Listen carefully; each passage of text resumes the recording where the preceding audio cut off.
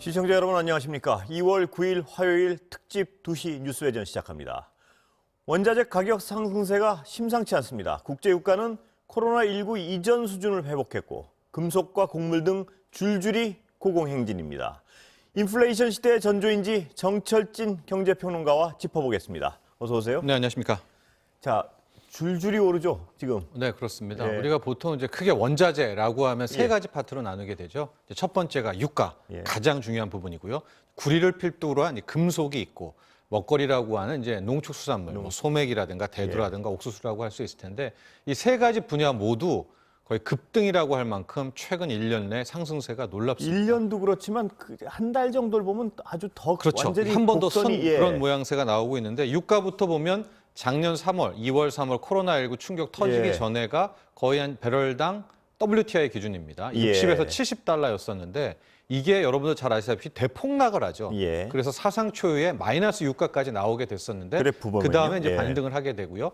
지금 나오는 것들 화면을 좀 보면은 예. 철광석, 그다음에 콩, 구리, 금 모두가 빠르게 이제 급등을 하고 있는 그런 모양새를 보이고 있습니다. 지금 그래프 보면 12월부터 철광석만 봐도요. 네. 거의 이렇게 각도가 뭐 가파른데요, 보니까. 그렇습니다. 하고 구리는 잠시 좀 쉬고 있는 것 같아요. 예. 곡물도 잠깐 쉬고 있는 것 같은데 이 틈에 원유 같은 경우에는 지금 국제 유가는 굉장히 치고 올라가고 있거든요. 저 콩만 봐도 농수산물이 그냥 맞습니다. 콩도 농수산물은 오르고 있고 뭐 소맥은 잠깐 쉬고 예. 있다든가 약간 다르고 있지만 큰 틀에서 뭐 최근 6개월, 최근 1년 내를 놓고 보면 금속, 또 원유, 먹거리 모두가 다 급등하고 있다 이렇게 보시면 됩니다. 자, 이제 이 오르는 건 현상이고요. 네. 왜 이렇게 오른다고 해석이 두 되나요? 가지가 좀 예. 겹친 것 같아요. 예. 그러니까 처음에 이제 작년 코로나19 때 3월에 다 급락을 하지 않았었습니까? 예. 그때는 왜 폭락을 했느냐? 수요가 없을 것이다.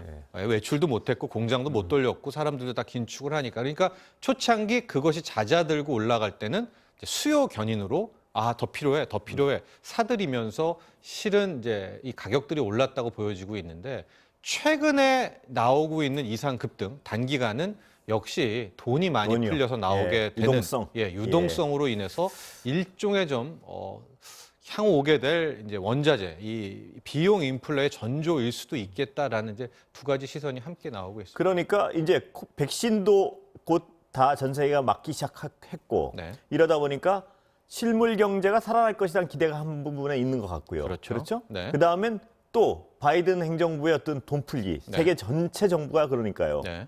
돈풀기에 따른 어떤 유동성 장세, 이게 맞습니다. 겹쳐가지고 오른다 이 말씀이시죠? 그렇죠. 이 유동성이라는 게 돈을 더 풀고 더 풀고 더 풀고 인플레가 올 것 같으면 처음에는 이제 주식, 부동산에 가 있다가 예.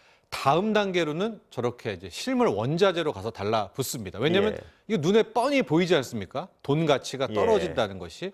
그래서 그런 현상도 지금 함께 나오고 있지 않느냐.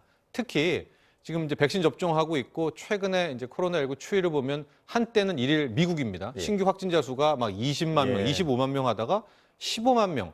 지금은 12만 명, 10만 명 수준인데 이게 이제 10만 명을 깨고 일일 신규 확진자가 뭐 6만 명, 8만 명대로 뚝 떨어진다면 아마도 거리로 상당히 미국 국민들이 나올 것이고요. 예. 그러면 이제 서비스 물가가 그때까지 뛰기 시작하고. 튀기 시작하면 예.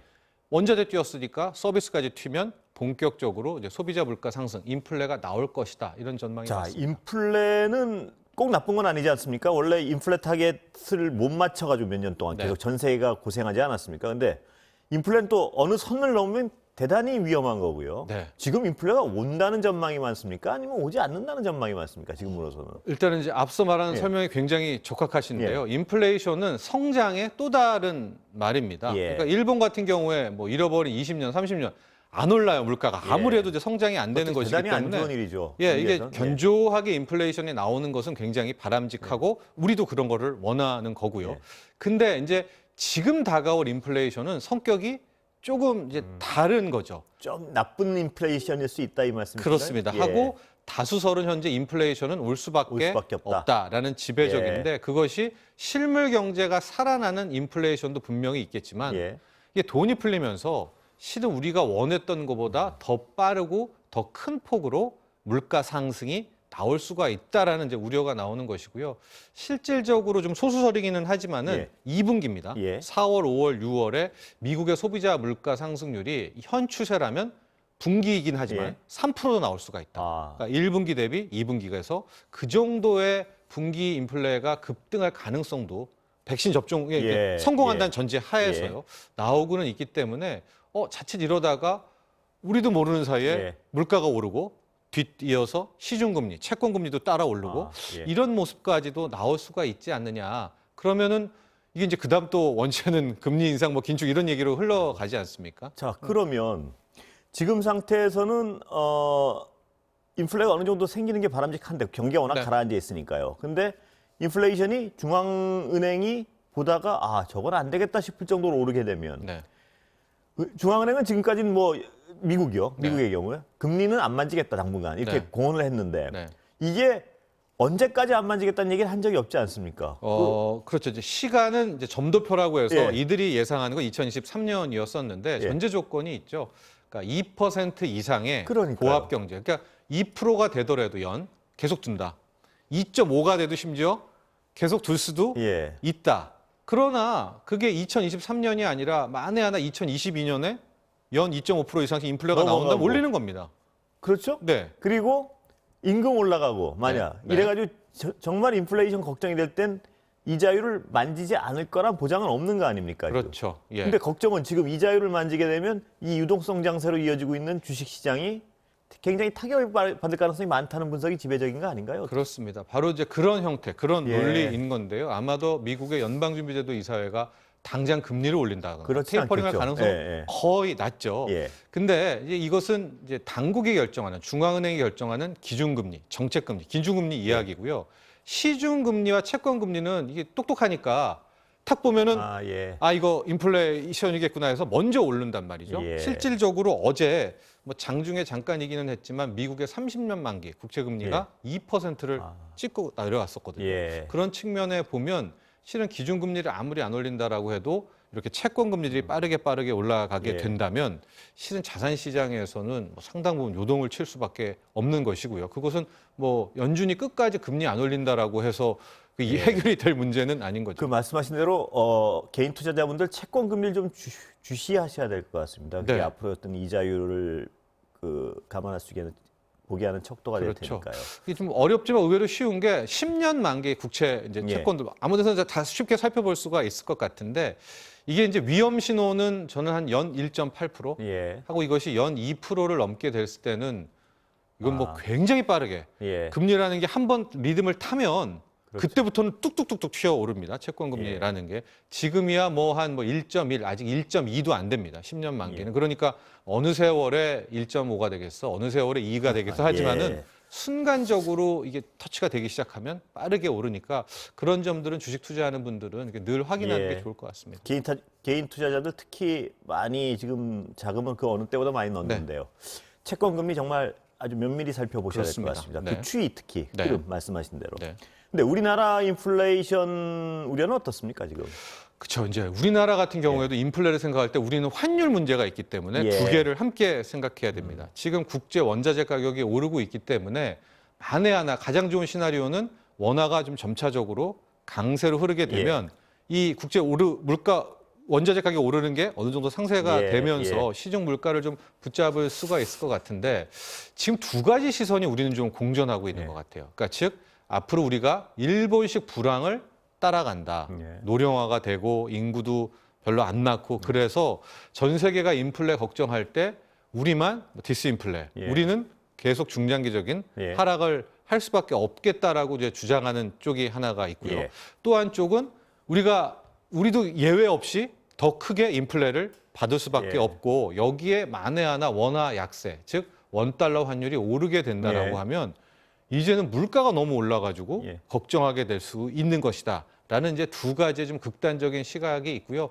그러나 이제 다수설은 아직도 좀 낙관적이고 긍정적인 게 이제 지배하고 있죠. 근데 이 낙관이 지배할 때 항상 조심해야 되는 거 아니겠습니까? 네, 그렇습니다. 그러나 그 비관의 그 양극단도 늘 생각을 해야 그렇습니다. 됩니다. 네. 곡물 가격 오르는 것도 걱정이죠. 지금 원자재 가격 원자재 우리가 가격이 수입국 아닙니까? 네, 그렇죠. 결과적으로 우리도 이제 코로나19가 어느 정도 잠잠해지고 되면 이제 거리로 나가고 또 외식도 하고 이렇게 하게 될 텐데 그렇게 될 경우에는 아마도 그동안에 거의 1년간 소상공인 분들 이제 참아왔지 않습니까? 그럼 어떻게든 조금씩 좀 가격 인상이 될 수밖에 없겠고요. 그러면 소비자 물가 중에 서비스 물가 오르죠. 근데 여기에 국제 원자재 가격도 함께 오른다면 이게 공산품 가격도 함께 오르게 예. 되는. 그러니까 우리도 양대 인플레가 순간적으로 이렇게 갑자기 급등하는 것은 그리 좋은 모습은 아니거든요. 예. 그렇기 때문에 우리도 이런 데에서 지금 미국과 전 세계가 걱정하고 있는 인플레 우려에서 자유롭지 않다라고 볼 수가 있겠고 지금 우리의 국고채 금리도 굉장히 빠르게 지금 오르고 예. 있어요. 그래서 외국인 투자자들이 주식 시장도 많이 매도를 하고 있지만 또 우리나라 국채도 지금 매도를 좀 하고 있거든요. 예. 금리가 오르면 이제 채권 가격이 떨어지기 때문에 이런 시적도 좀 면밀히 좀 바라보면서 예.